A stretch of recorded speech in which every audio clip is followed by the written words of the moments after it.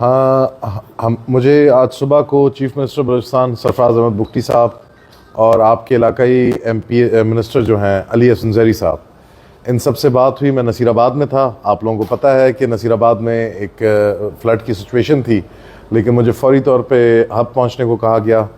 पहुंचते ही डीसी साहब के साथ हम गए आपका लसबेला केनाल पे। सबसे ज़्यादा नुकसान उसी एरिया में हुआ है क्योंकि वो केनाल 15 से 17 जगह पे ब्रीच हुई है। हमने उसका तफसीली विज़िट किया है। एक्सीन साहब मेरे साथ बैठे हुए हैं। मुझे गवर्नमेंट की तरफ से इंस्ट्रक्शंस हैं कि ये पानी जो है ये ड्रिंकिंग वाटर है। इन सब लोगों का तकरीबन 7.5-8 लाख की आबादी इससे पानी पीती है।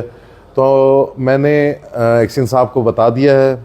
हमारे हायर अप्स ने भी ये कह दिया है कि विदिन 3 to 4 डेज़ ये रिस्टोर होगा, और इस पे कोताही करने पे जो सख्त से सख्त सज़ा है वो जो भी अफसर इंचार्ज है उसके लिए होगी।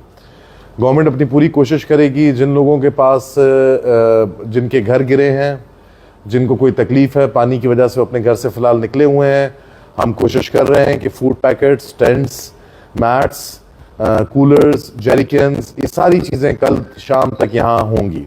उसके अलावा हेल्थ के हवाले से मैं आपको बताता चलूँ कि बख्त मोहम्मद काकड़ साहब से रब्ता हुआ है। डीजी हेल्थ अमीन साहब ने सुबह वो निकाल रहे हैं अपने मोबाइल हेल्थ यूनिट्स और उसको दवाइयों से पुर कर रहे हैं। Water borne disease, malaria, dengue, इन सब की अद्वियात वाफिर मिकदार में यहाँ पे अवेलेबल होंगी। जो हमें इंस्ट्रक्शंस हैं, मैं तकरीबन 7 घंटे 8 घंटे का सफ़र था। इस सफ़र में आपके चीफ मिनिस्टर और आपके जो मिनिस्टर साहब हैं, दोनों के 11-11 कॉल्स थी। गवर्नमेंट इज़ प्रीटी सीरियस, और आप बिल्कुल ना समझिएगा कि ये बस एक ज़बानी जमा खर्च है। हर चीज़ कल आप लोगों के सामने होगी। आप लोगों से मेरी गुजारिश है कि आप लोग भी अपनी केनाल का कल विज़िट करें। कल से काम शुरू होगा। हम जितने सरकारी अफसरान हैं, हम में से जिसने कोताही की उसके साथ किसी किस्म की रियायत नहीं बरती जाएगी। तो आप लोग इससे बेफिक्र रहिएगा। गवर्नमेंट आपकी सीरियस है, आपके साथ है। मेरी आप लोगों से भी गुजारिश है, आप लोग सोशल मीडिया, प्रिंट मीडिया और ज़िम्मेदार सहाफ़ी हजरात हैं। गवर्नमेंट अकेले कुछ भी नहीं कर सकती। आप लोगों को इस कैंपेन में हमारा साथ देना पड़ेगा।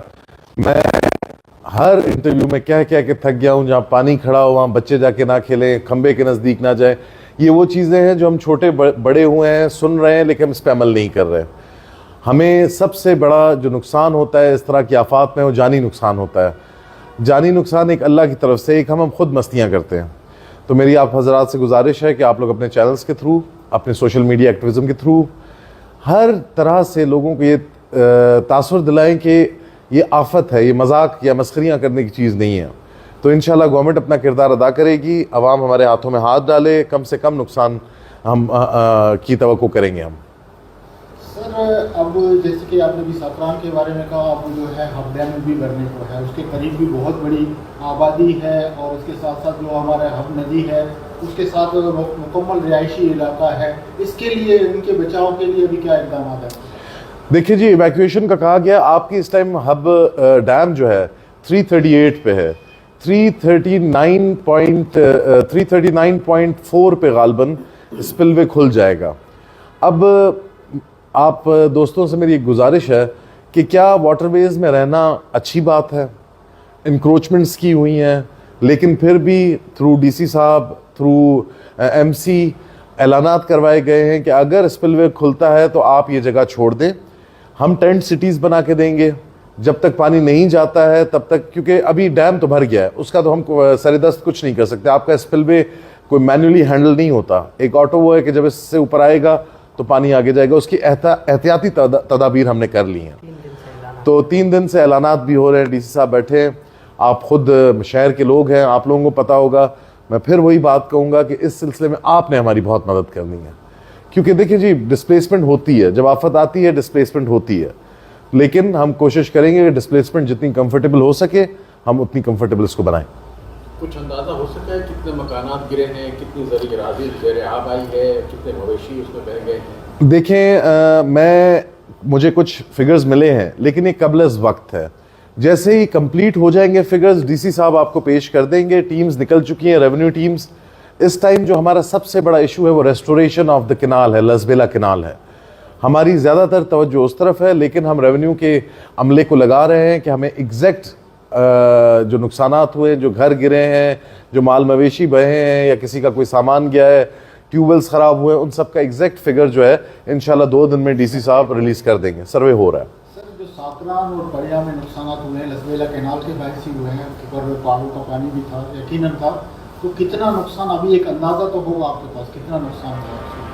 सर, अंदाज़ा आम आवाम लगाती है, गवर्नमेंट फिगर्स देती है। मैं इधर बैठ के कोई ऐसा फिगर नहीं दूंगा जो बाद में पता चले नहीं था।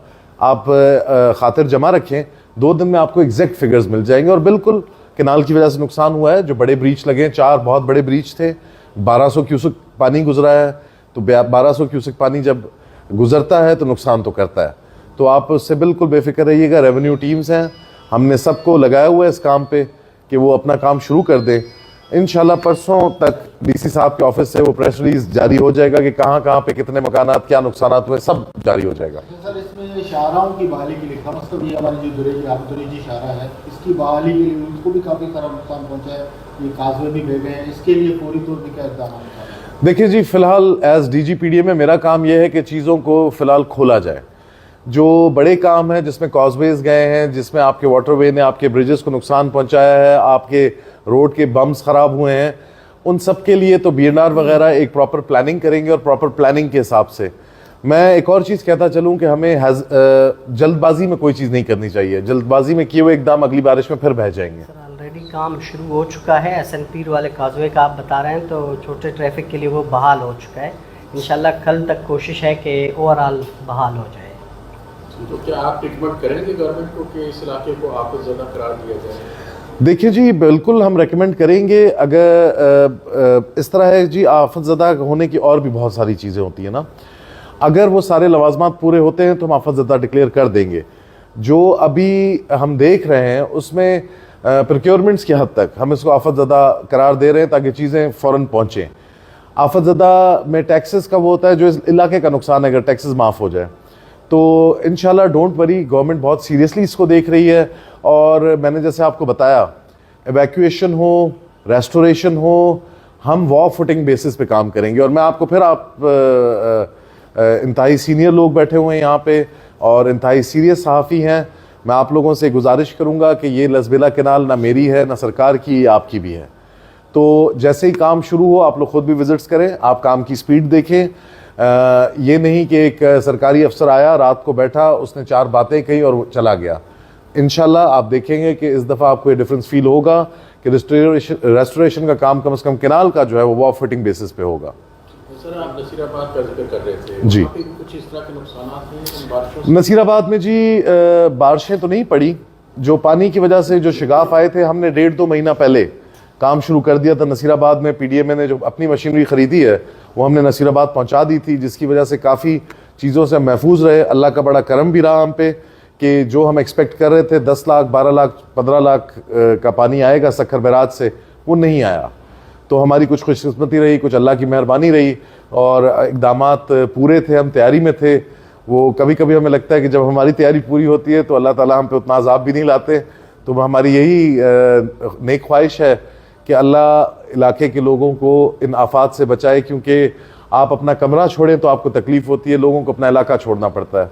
तो इसी दुआ के साथ कि अल्लाह अपनी हिफ्ज़-ओ-अमान में रखे सबको। अगर कोई और सवाल है तो